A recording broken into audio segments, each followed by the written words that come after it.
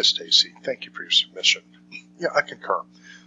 This does seem to be the most appropriate assessment for your context, and I think it's really important to know our context and have assessments that coordinate with it, as opposed to just trying to use technology or integrate an assessment technique for its own sake, right? What you're attempting to do here, having students create this training orientation and checklist, is very appropriate. What you've laid out. Let me provide some feedback on some of your documents. First, this is helpful as a student. It lets me know exactly what I need to do. Here's my checklist, right? So I can feel a degree of success coming into the assignment.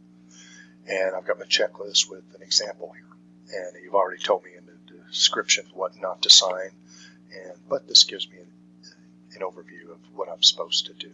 So I'm already feeling, even as someone who's not familiar with this program at all, like, yeah, I think I could do this program, and I could do this assignment rather.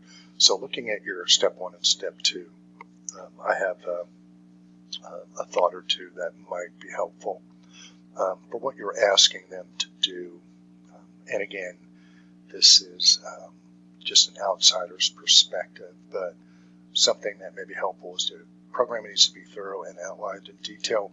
You may want to be a little more granular on what in detail means exactly. Is that 5 to 7 sentences? Is that 3 bullet points? In other words, exactly how would you define detail? Now, up above here, you put list 5 things. It's okay to be a partial day and things like that, but a little bit more level of granularity in that may be helpful. However, if you're familiar with this assignment, you probably know how this works out with your learners. The training checklist, I thought that looked good. And down here, you put minimum of 10 items to train new hire on. So, I can see some of that detail. But when I look down here, it seems a little more granular and explained than it is up here. So, for the orientation. So that's just a kind of a 1,000-foot view of that. So let me reduce this here.